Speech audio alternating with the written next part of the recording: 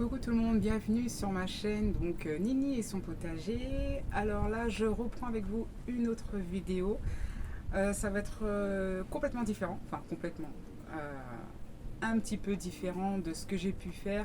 Parce que là, on va se consacrer à l'aménagement du potager. Il y a des petites choses que je vais modifier. De toute façon, je vais vous emmener avec moi, vous allez voir. Qu'est-ce que je vais faire d'autre? Je suis en train de réfléchir. Je vais vous faire voir aussi un petit peu le potager, comment il a évolué. Qu'est-ce que j'ai fait ou pas. Et voilà, donc je vous emmène avec moi, je vais vous faire voir un petit peu tout ça, le petit aménagement, etc. Et allez, c'est parti. Allez, toujours le même chemin, on ne change pas ses habitudes. Et je vais vous faire voir tout ça. Donc là, on n'est pas dans la partie aménagement pour l'instant. On est plutôt dans la partie recollage parce qu'à la base, c'est une serre avec une bâche premier prix, hein, rien d'extraordinaire, mais qui était avec des fermetures éclairs sur les deux côtés, avec une grande ouverture.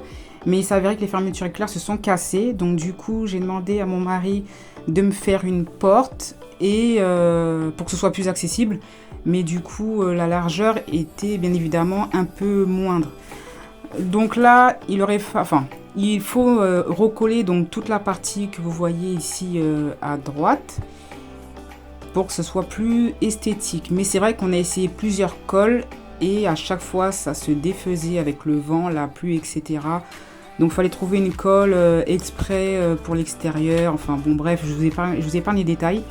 Et du coup, mon mari a enfin trouvé, et c'est pour ça que vous voyez un peu de noir, parce que c'est de l'ancienne colle.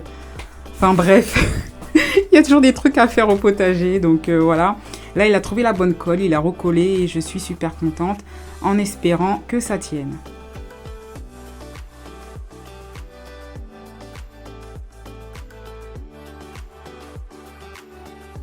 Ici, dans mon ancienne vidéo, si vous vous rappelez bien, c'était le fouillis partout. Déjà, c'était rempli de terre, il y avait au moins 20-30 cm de haut et c'était vraiment en friche de mauvaises herbes de partout. Donc là, du coup, mon mari a tout décaissé pour mettre bien à plat et par la même occasion, les mauvaises herbes, il les a enlevées aussi.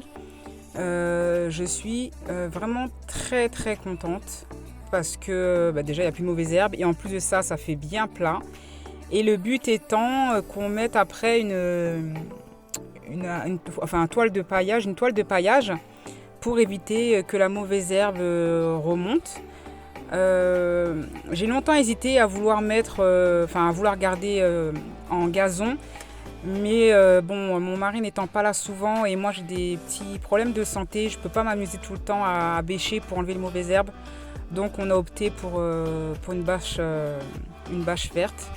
Voilà, parce que la bâche noire que vous voyez là, je n'aime pas trop, donc on va l'enlever. J'aime pas cette couleur-là, donc je préfère vert. Et puis après, tant pis, hein, je n'ai pas trop le choix. Après, côté esthétique, on n'y est pas, ça c'est clair. Mais côté pratique, oui, c'est bien pour moi, parce que avec mes petits soucis de santé, je ne pourrais pas le faire. Je ne pourrais pas désherber tout le temps, quoi. Donc c'est très pratique pour moi. Et dans cet endroit-là, en fait, je vais aménager un petit coin où je vais pouvoir mettre ma table, faire mes semis, etc. Donc vous verrez au fur et à mesure qu'est-ce que ça va donner une fois que ce sera terminé. Mais voilà, là on en est vraiment qu'au tout début.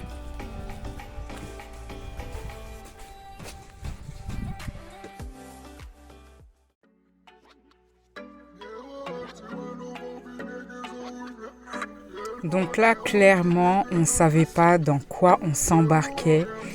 Ça nous a pris la tête, mais alors d'une force. Moi, je voulais que ce soit bien droit, mais techniquement parlant, c'était pas possible. Il fallait lever en fait la cuve. C'était super lourd. Donc après, mon mari il a trouvé l'idée de la planche. Mais bon, il fallait accorder avec l'autre à côté parce que la toile de paillage n'était pas assez large. Enfin bref, une vraie galère.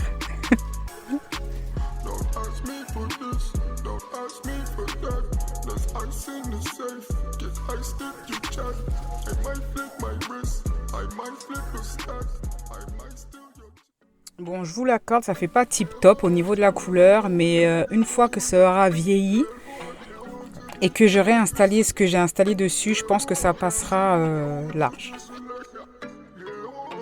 Mais au moins, plus de mauvaises herbes, à moi la liberté.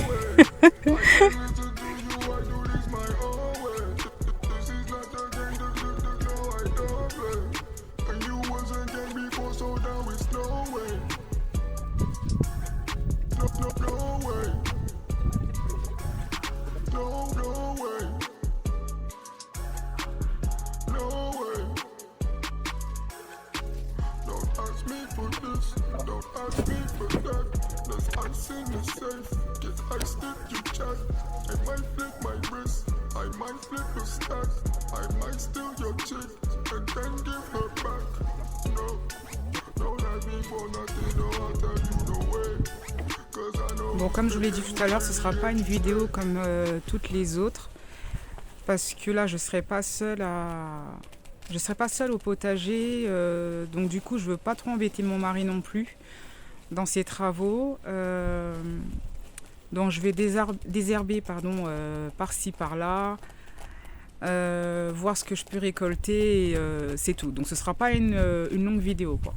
Et comme vous l'avez compris, on est en plein aménagement, donc voilà le pourquoi du comment.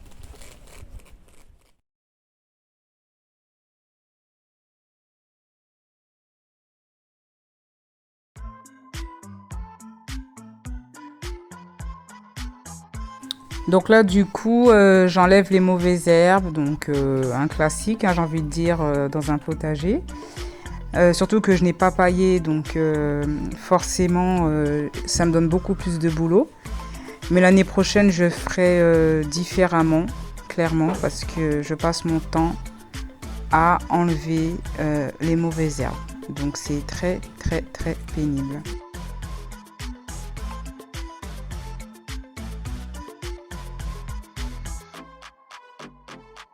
Bon, bien évidemment, je vous fais montrer qu'un seul bac, mais j'ai fait ça sur tous les autres bacs, hein.